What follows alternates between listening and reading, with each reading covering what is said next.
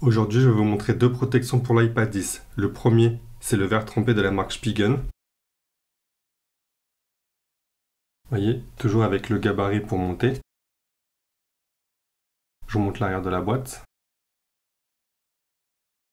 Donc c'est toujours la même chose, hein. Avec Spigen, vous avez la notice d'explication, vous nettoyez l'écran, ensuite vous allez retirer les poussières avec l'adhésif fourni, vous allez retirer le film protecteur du patron et ensuite vous allez poser en respectant bien les détrompeurs. Vous voyez s'il y a un détrompeur de charge. Puis vous appuyez dessus avec vos doigts comme ça, vous retirez l'étiquette, ensuite vous retirez le patron et vous retirez le dernier film de protection qu'il a sur le verre trempé. Puis vous allez chasser les bulles d'air. Alors je le répète à chaque fois, moi je vous conseille plutôt de chasser les bulles d'air pendant qu'il y a le film de protection et seulement après de retirer les bulles d'air. Puis votre iPad est protégé et tout propre. Voici le patron. Quand vous allez le recevoir, le verre trempé sera dedans. Ça, c'est la partie d'en haut.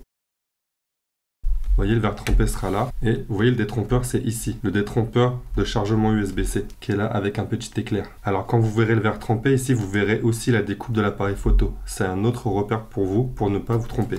Donc, l'iPad, le voici. Là, le verre est déjà posé. Mais je vous montre en gros. Vous retirez la coque de protection. Vous posez votre patron comme ça. Vous retirez l'adhésif, vous enlevez le patron et le verre trempé est déjà posé. Alors, je vous montre la découpe de l'appareil photo. Vous voyez, c'est vraiment bien fait.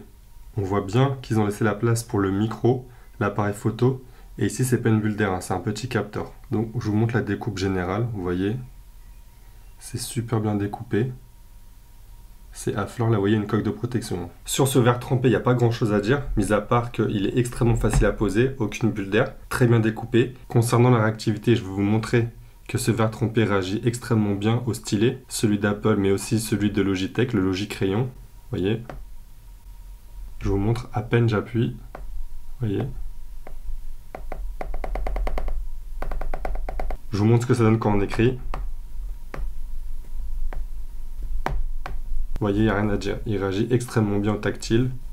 Au dos aussi, évidemment. Mais bon, ça, c'est valable pour tous les verres trempés. Vous verrez peut-être mieux avec l'application allumée. Encore une fois, la découpe de la caméra. Alors, par contre, le reproche que j'ai à faire à Spigen pour ce verre trempé, c'est vraiment la première fois que ça m'arrive. Mais en même temps, c'est la première fois que je pose un verre trempé sur un iPad de cette taille, à savoir 11 pouces. C'est que quand je l'ai posé, bon, évidemment, il y a eu quelques petites bulles. Je les ai enlevées facilement. Mais sur les côtés, ici et là, c'est vraiment sur les côtés gauche et droite. Et au niveau de la caméra, au bout de 24 heures, c'est parti. Mais quand j'appuyais dessus, on voyait de l'air de nouveau se recréer ici. Vous voyez, quand j'appuyais ici, de l'air se recrée de nouveau. Il fallait que j'appuie et que j'expulse. Et ça partait, mais comme si la colle avait du mal à prendre en fait. Donc ce premier est arrivé ici, là, et au niveau de la caméra. Mais comme dit, au bout de 24 heures, c'est parti. Donc je pense que quand vous posez ce verre trempé, il faut dans l'idéal ne pas mettre de coque. Et dans l'idéal, pendant 24 heures, ne pas toucher. Et bien sûr, toutes les heures, surveiller. Et avec un petit chiffon, bien chasser les bulles d'air comme ça. Et vraiment appuyer un peu partout sur les extrémités pour contrôler que de l'air ne s'est pas infiltré. Pendant que j'y suis, je vais aussi vous présenter la coque de protection de cet iPad.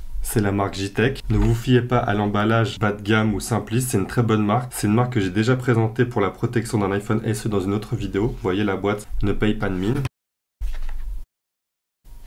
Mais la coque est excellente. Mais quand je vous dis excellente, c'est vraiment bluffant. Elle est ultra légère. Regardez. C'est à se demander vraiment s'il y a une coque. Elle est minimaliste, mais elle protège quand même. Regardez, on voit quand même l'épaisseur. Vous voyez la partie blanche qu'il y a là? Ça, c'est la partie protectrice ici. Et on voit la même chose un petit peu en haut, en noir. Concernant la découpe, c'est parfait. Regardez-moi la précision pour les haut-parleurs. Ils n'ont pas été faire une fente. Ils ont fait plusieurs petits trous.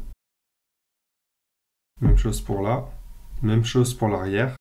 L'USB-C est parfait. Le fameux test que je vous fais à chaque fois pour brancher un SSD externe. Bah regardez.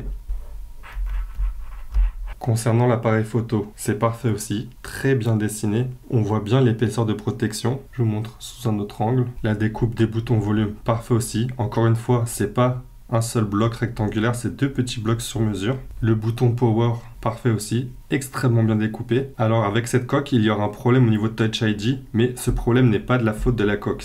Ça arriverait avec n'importe quelle coque. C'est qu'en fait, Touch ID, ce qu'il aime bien, c'est que quand vous posez votre doigt dessus, il aime bien que ça déborde un petit peu à gauche et à droite, que ce soit comme ça ou comme ça.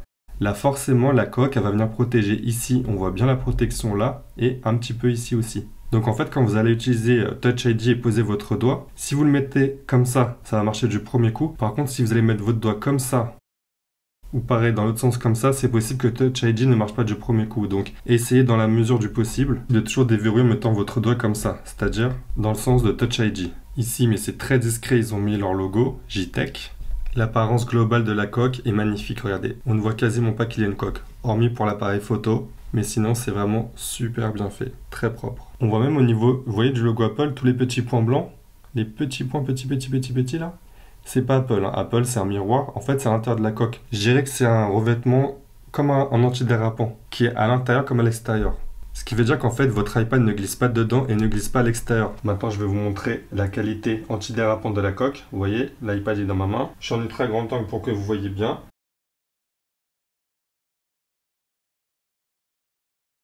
Vous voyez, il glisse, mais tout doucement.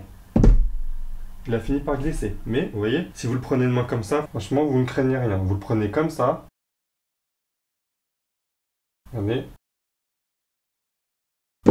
Donc voilà, ces deux produits, que ce soit la coque de protection ou le verre trempé, sont disponibles sur Amazon. Le lien est dans la description. Vous pouvez les acheter les yeux fermés. De mémoire, le verre trempé, c'est 30 € et le film, ça doit être entre 12 et 15 €, je sais plus. Pour plus d'astuces, parcourez cette chaîne.